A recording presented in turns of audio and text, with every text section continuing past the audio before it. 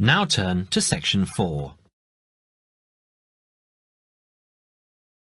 Section 4. You will hear a talk on seasonal affective disorder. First, you have some time to look at questions 31 to 40.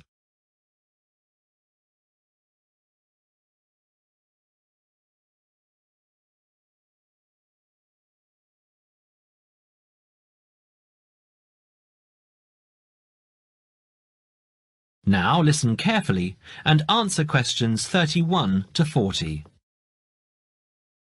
In the past few years, a new condition has been identified and given a name, SAD, short for Seasonal Affective Disorder. This is now recognized as a distinct kind of clinical depression, where people become depressed at the onset of winter, accompanied by a craving for sweet things, causing weight gain. Each spring and summer would then bring on almost maniacal highs and feelings of boundless energy and happiness. Experiments to combat this depression showed that increased exposure to bright light in humans could suppress their production of a darkness-related hormone called melatonin. The light needed to induce this change was about 2000 lux, or about 4 times brighter than ordinary household lighting. It was then calculated that if bright light could suppress melatonin secretion, then it might have other effects on the brain, including the reversal of symptoms of depression. While melatonin's precise role in SAD has not been pinned down, the theory led to effective treatment. Not surprisingly, SAD affects more people where winter nights are longer and days shorter. In the UK, an estimated 500,000 adults develop full-blown SAD in winter, and twice this number suffer the milder condition called subsyndromal SAD.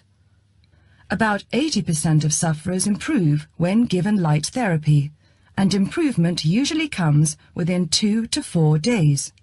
Scientists are still unsure why winter depression happens, but more than a decade of research has turned up some surprising findings. Nearly 80% of SAD victims are women. Researchers are uncertain why this is so. SAD can affect people at any age, but typically it begins around the age of 20 and becomes less common between 40 and 50. SAD is comparatively rare in children and adolescents, but so far researchers have been unable to come up with a logical reason for this. As many as half of SAD sufferers have at least one family member with depressive illness, suggesting that the depression has a genetic component. Some patients experience shifts in their body clocks when they're depressed in winter.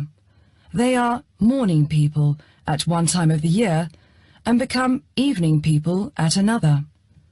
What is the underlying difference between SAD sufferers and others? A clue can be found in carbohydrate craving, a common symptom. People often become obsessed with chocolate, for example. Carbohydrates alter brain chemistry by increasing the level of a soothing chemical called serotonin, a neurotransmitter that carries signals between brain cells. SAD sufferers crave carbohydrates because they may need serotonin to lift their mood. This craving can be intense, in fact, an addiction. It may be that the serotonin system of the brain has problems regulating itself during the winter. Some SAD sufferers respond well to the drug Prozac, thought to influence the brain's serotonin-using system. Other brain chemicals and hormones probably play a role in winter depression. Another neurotransmitter, dopamine, for example, may be inadequate in certain cases. Researchers hope to uncover clues to SAD's secret by probing similarities between SAD and hibernation. Though no valid link between the two has been established, some SAD patients say they feel like hibernating animals.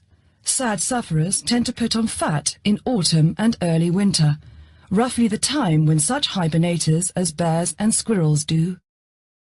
That is the end of section 4. You now have half a minute to check your answers.